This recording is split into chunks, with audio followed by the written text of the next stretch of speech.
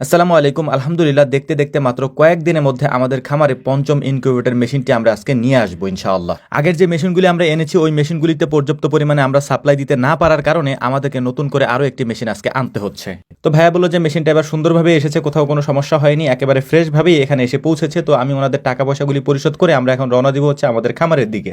এই ইনকিউবেটর মেশিনটি মূলত 1400 ডিমের মেশিন, অর্থাৎ এটার মধ্যে 1400 হাঁসের ডিম মুরগির ডিম একসাথে দেওয়া যাবে। এর পাশাপাশি এটার মধ্যে আরো একটা সুবিধা আছে, সেটা হচ্ছে যে এটার মধ্যে একসাথে আমরা প্রায় 4200 কোয়েল পাখির ডিম দিতে পারবো বাচ্চা ফোটানোর জন্য।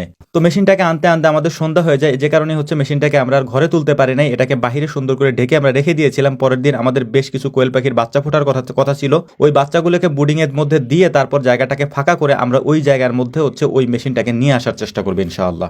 তো মেশিন আনার আগে যে বাচ্চাগুলি আমরা বের করছি, এখানে আমাদের টোটাল 1200-র মতো ডিম দেওয়া ছিল, অলমোস্ট প্রায় 950-র মতো বাচ্চা এখানে ফুটে বের হয়েছে। এই বাচ্চাগুলিকে সুন্দর করে আমরা নামিয়ে রাখতেছিলাম, নামিয়ে রেখে এগুলিকে বুডিং এ দিব এখন আমরা। আলহামদুলিল্লাহ, বাচ্চাগুলিকে সুন্দর করে গুনে গুনে আমাদের যে ব্রুডিং ট্রে আছে সেটার মধ্যে আমরা রেখে দিচ্ছিলাম। এই ব্রুডিং ট্রের মধ্যেই মূলত এখন আমরা ব্রুডিং করার চেষ্টা করি, এতে আমাদের অনেক সাশ্রয় হয় এবং সময়ও অনেক কম লাগে। বাচ্চাগুলোকে ব্রুডিং এর মধ্যে দিয়ে আমরা এখন আমাদের যে মেশিনটা আমরা নিয়ে এসেছিলাম ওই মেশিনটাকে খুলে দেখার চেষ্টা করতেছিলাম। এটা খোলার পরে দেখলাম যে অদ্ভুত কিছু সিস্টেম এটার মধ্যে দেওয়া হয়েছে, যেটা আসলেই অভাবনীয় একটা ব্যাপার ছিল।